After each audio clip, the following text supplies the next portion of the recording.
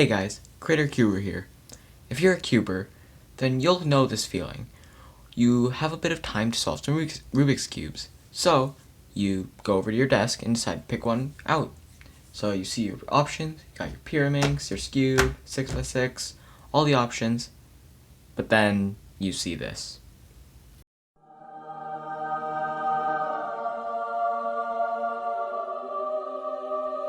And then, boom, there goes the rest of your time practicing the same event that you practiced the day before. And doesn't end the cycle. All you do is 3x3, and you get better at 3x3, and then you do a solve on a Pyraminx and you get like a 30. That's just how it happens. In this video, I've realized that I also tend to do that. So I'm going to try to change that. For the next 7 days, I'm not going to do a single event other than 4x4. Sorry for the bad lighting. It's raining outside, so I can't use natural light right now. So I'm stuck with this. I'll have to do a bunch of color correcting, but hopefully it should be fine.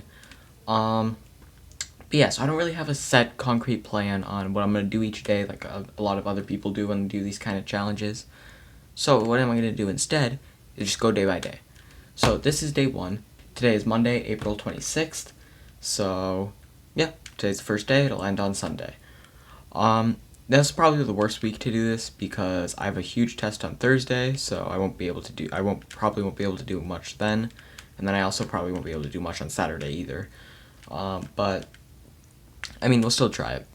So for today, my goal is just to set a baseline. So for 4x4 right now, I would say I average around 110. And actually, I'm also going to be trying something else, 3x3. Now you might be wondering, what are you going to do with that? Well, I've heard that 4x4 helps improve your look ahead, and I'm at the stage on improving at 3x3, around 15 seconds, where look ahead is really important. So after this week of 4x4, I want to see if that's really true. Do I improve at all on 3x3? So today, what I'm going to do is I'm going to do an average of 5 on 4x4, and an average of 5 on 3x3, to kind of just set a baseline. And after that, I'll make a goal for both of them to see if I can reach those at the end of the week. And then I'll also try to do some solves later. But yeah, first let's hop into the averages of 5.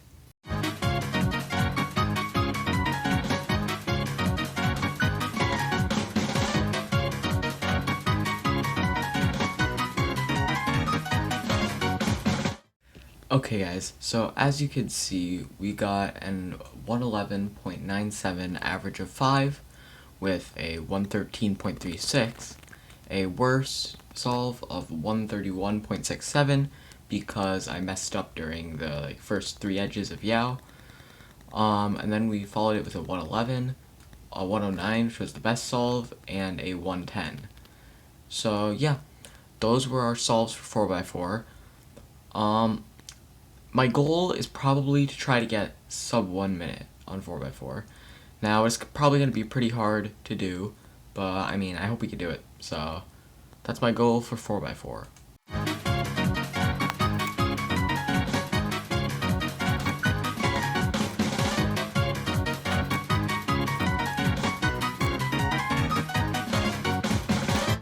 So, I just did 3x3. And I got a 16.1 average of 5 because I got a 14, followed it with an 18, which wasn't a great solve. I just couldn't see anything in F2L. We got a 15, a 13, which is really good, and then we got a 19 because I once again couldn't really see anything in F2L, and plus I missed the timer the first time I tried to stop it. So 19.5 for a 16.1 average of 5. So not the greatest, but I mean, it'll work. My goal is not, with 3x3 I'm at a point where I don't get too much faster from every thing that I do. So I'm just going to go with maybe try to get sub 16s more consistently. I mean, not like a set goal or anything, but that's just pretty much everything I need. So yeah. So that's basically our metrics for the entire week. Now all we need to do is I'll probably do some solves in a little bit, and I'll show those on screen in a quick time lapse. But yeah, that's pretty much it for today.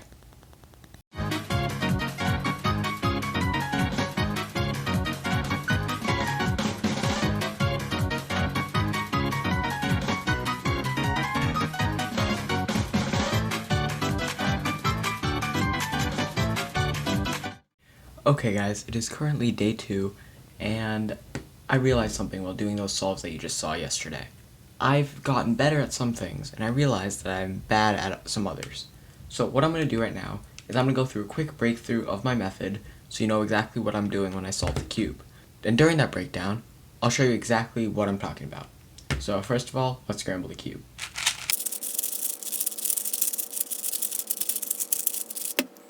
Okay, and sorry again guys for the lighting.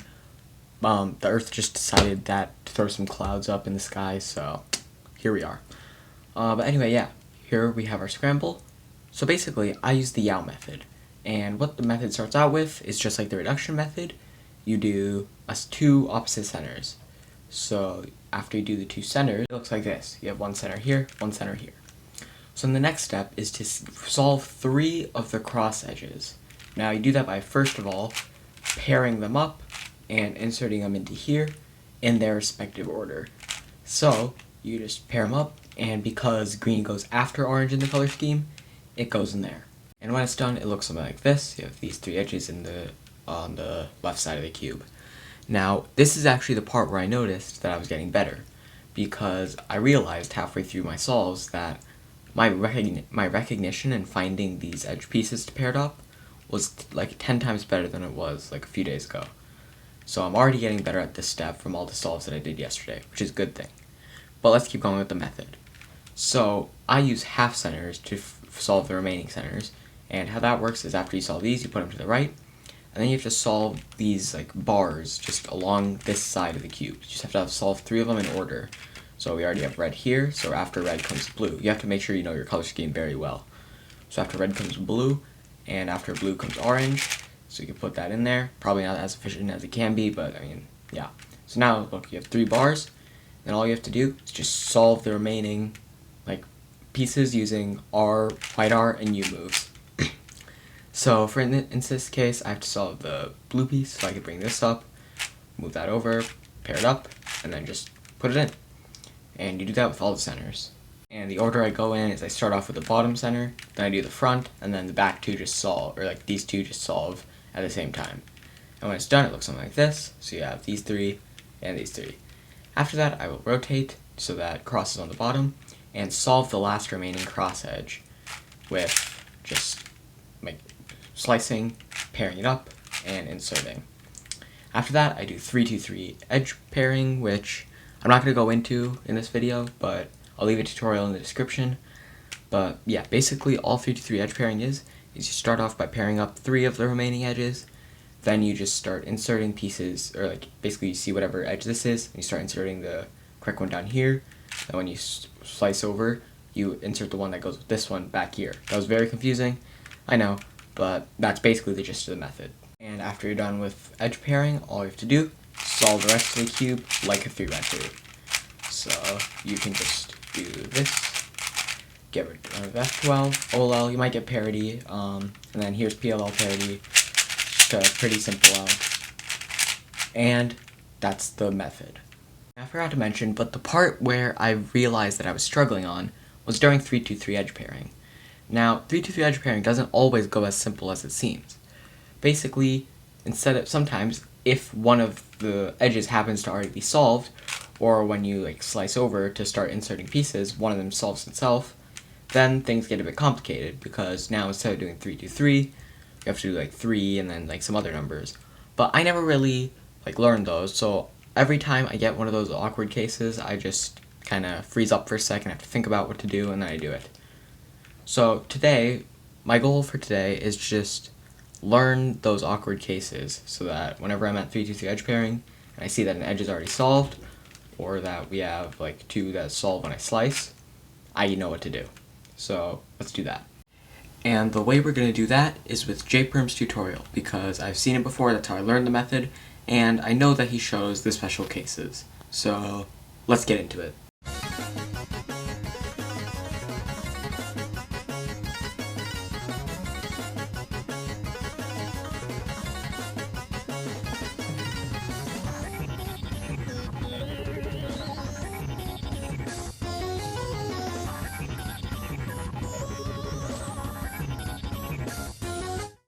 Okay guys, so just finished learning the first case, which is basically just when you end up with two sets of swapped edges, and all you have to do for that one is first do it like you would do for other edges. Stop that, then put one up there, move that over, like do a U2 I think, yeah, and then you do that, and it's solved. This is not actually a tutorial, by the way. I'm just showing you like what I'm learning as I go along. So yeah, just learned that. So now let's just finish up the rest of the cases.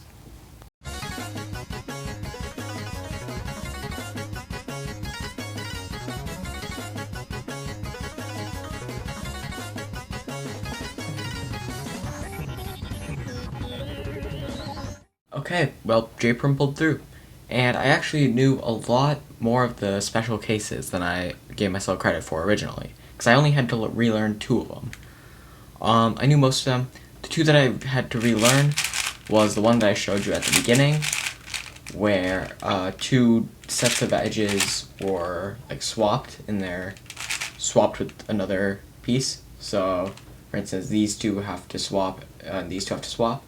So all I had to do was just do it like normal. So then we put this, but then instead of doing a U or a wide U to slice it back, you do a U2 because that pairs this up, and then whatever edge this is, you'd insert that same edge down here. So in this case, you'd do it like this, and slice back, and you're done. And then the second case that I had to relearn was one where when you do your original slice, and then you find the blue-red piece and you insert it here, when this edge matches this edge, because then you can't take this one out to put over here right at the beginning, because that would mess up this pair right here. So all I had to do for this was pair up these 2, then insert another edge and resolve, or no, and then only do a U prime once, because then it's still sliced. And then that already sets this up, so you can keep going into your next few pairs, like that, and so on and so forth. And yeah, that's what I learned. And I think it'll prove really useful, because those are the parts where I really struggled, and those are the things that made me get like 130s, generally, because I don't really know what to do for those cases, so I spend a few seconds pondering it, and then I finally do something that takes a lot longer. But yeah, so now what I'm going to do is I'm going to do some solves, try to get those cases and get them into my memory and stuff. That way I know when I see them, I know what to do. And yeah, see what happens from there.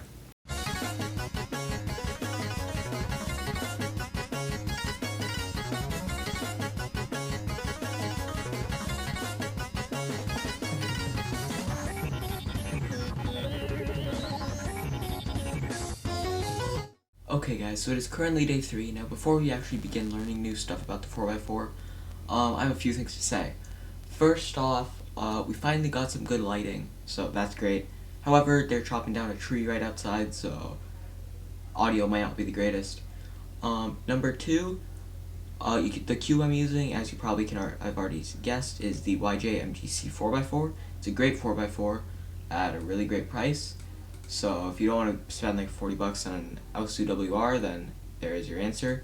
And when you purchase the cube, be sure to use code CRATER for 5% off your entire order at thecubicle.com. Link will be in the description down below. Okay guys, with that out of the way, let's actually get into it. So basically what my plan for today is I looked up how to get sub 1 on 4x4, just a simple phrase. And all I'm going to do is, as you can see, there are tons of videos right here with information on how to get sub 1 on 4x4. So what I'm going to do today is I'm going to go look through some of them and see if I'm missing anything, or if I should just solve or stuff. No, just see if I need to do anything. And yeah, so let's get into it.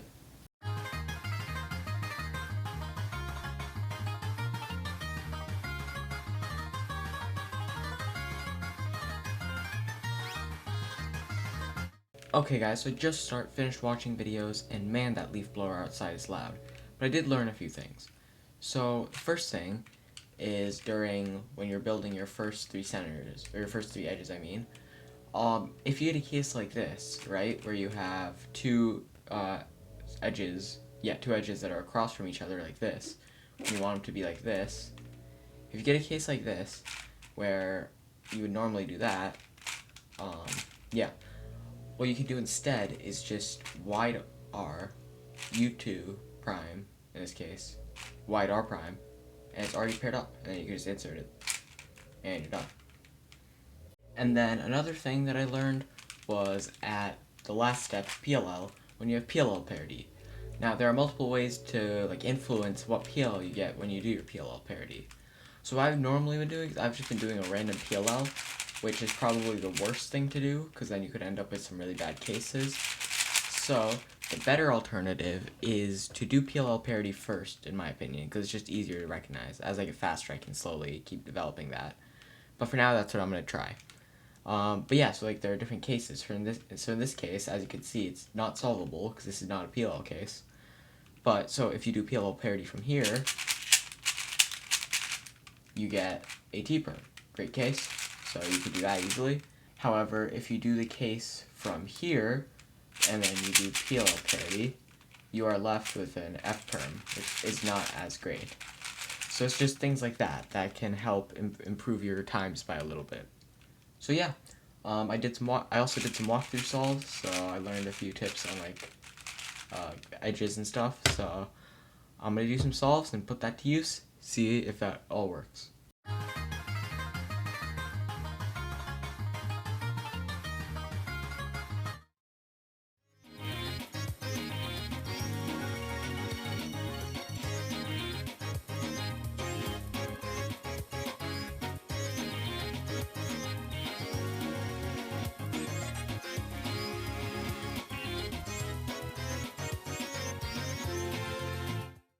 Okay guys, so it is day 5 currently, Friday, April 30th, and before we begin on today's stuff, I want to quickly clear things up. I filmed like some last thoughts on day 3, but I forgot my camera was still in time-lapse mode, so I couldn't use that footage because it was like sped up and there was no audio. But by the time I realized it was way too late to film some more stuff, so I wasn't able to do that. And then obviously, as I said previously on Thursday, so yesterday, I wasn't able to, or like I had a big test in the morning, so I was kind of tired out from that and stuff, and school and stuff, so I decided to just do some solves that day and not do any like new learning or anything. So that's why there was no like voice like recordings at all. It was just the time lapse. But today we're gonna get back into that kind of stuff. So today, what my plan is I am going to do some walkthrough solves. And one thing about walkthrough solves is I'm not really great at them. Like I always just end up going 2 seconds into the video with the scramble, and then I just do it my own thing for whatever reason. I don't know why, but I'll try not to do that today. And another thing I wanted to mention is yesterday while I was doing my solves, I got a new PB single of 53, I think. 53 or 52, I forget, I don't have it pulled up right now. But yeah, that was nice. It was a really good solve. And I did get a new PB average of I think 103 something. So yeah, overall a great day with solves. So yeah. But basically how today's gonna work, I'm just gonna do some walkthrough solves, probably do some normal solves too after that. Just try to get my times down a bit. And yeah. I will be filming this at night though, because since today's Friday I want to do some other things, like video games and stuff. So I'll film those tonight, but I will film an outro for like this today, right now, so you'll see something after the time lapse. But yeah, let's get right into the time lapse.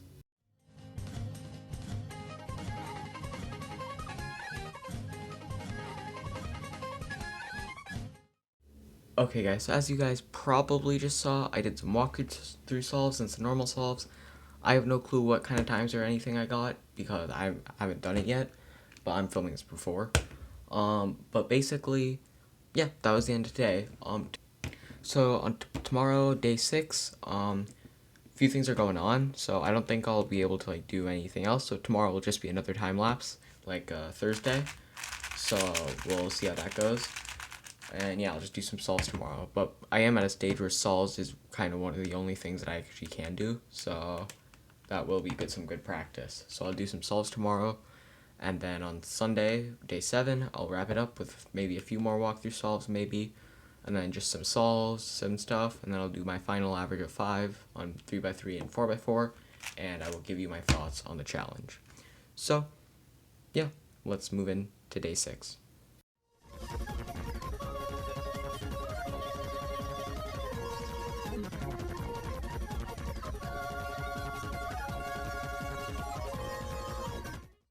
Okay guys, so it is currently the final day of the challenge, day 7. Now, we're going to start this day, we're going to end this challenge the way we started it, with horrible lighting. Clouds have rolled in. Color correction time, here we go. But anyway, yesterday, as you saw, I just did some solves. I wasn't able to do any like talking or anything because I did that late at night. But yeah, so today my plan, first of all, I'm just going to do a bunch of solves, just spam them, probably do like 20 or 30, which is quite a bit considering each solve takes about like a minute or so. So I'll do a bunch of solves, and then afterwards I will do a final average of 5 on 3x3 and a final average of 5 on 4x4, since I did both at the beginning of the challenge. And after that, I'll just do a quick comparison between the beginning and the end, wrap up the video with some like thoughts and stuff on the challenge, and yeah, so that's the plan for today. So first, let's get into just a giant average.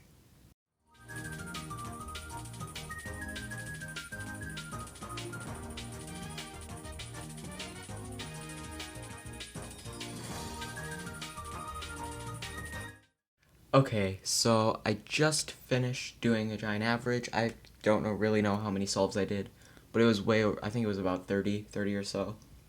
And things went pretty well. I think I only got one like pretty like bad solve because I messed up a bunch. But other than that, they're mostly under sub 110.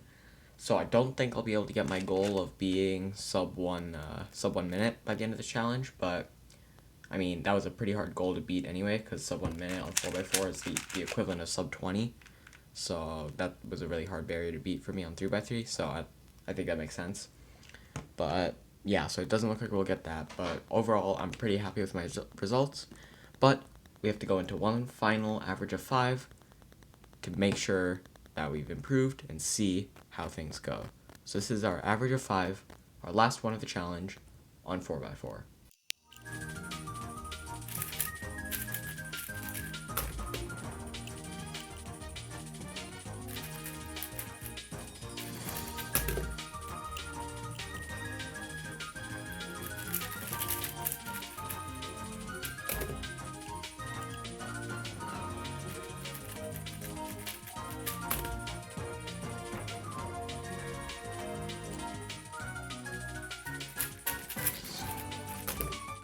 Okay guys, so we just finished our final 4x4 average of this challenge, and our solves were a 107, 109, a 114 because I messed up, a 108 plus 2, and a 101, giving us a final average of 5 of 108.63. Now, I'm not sure about the beginning of the challenge, but I'll put a picture of my average of 5 on screen there. But I definitely did improve. I'm pretty sure my original average of 5 was like a 115. So I'm pretty sure that it's safe to say that I'm now sub 110, which is definitely a good thing for me. Obviously I didn't reach my goal of sub 1, but I mean that was not really going to happen anyway. It was a pretty ambitious goal. So yeah, I'm pretty happy with how it turned out. I did get a PB, I did a bunch of PBs throughout this. My average of 100, it went from like a 120 at the beginning of the challenge to a 109. So yeah, really great. Average of 12 got a sub 105, so that's great. Mino 3 and just best singles were both sub 1s, so I got 53 PB and a 1.99 average of 5 PB. So yeah, overall, this challenge, huge success on the 4x4 front, even though I didn't reach my goal. But now we'll do an average of 5 on 3x3 and see if we yield the same results. So let's go.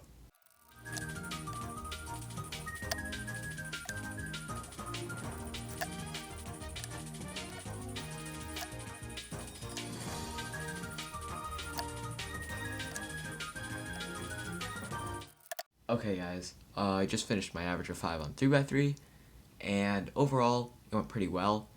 There were a few things that I saw that might not have been the greatest.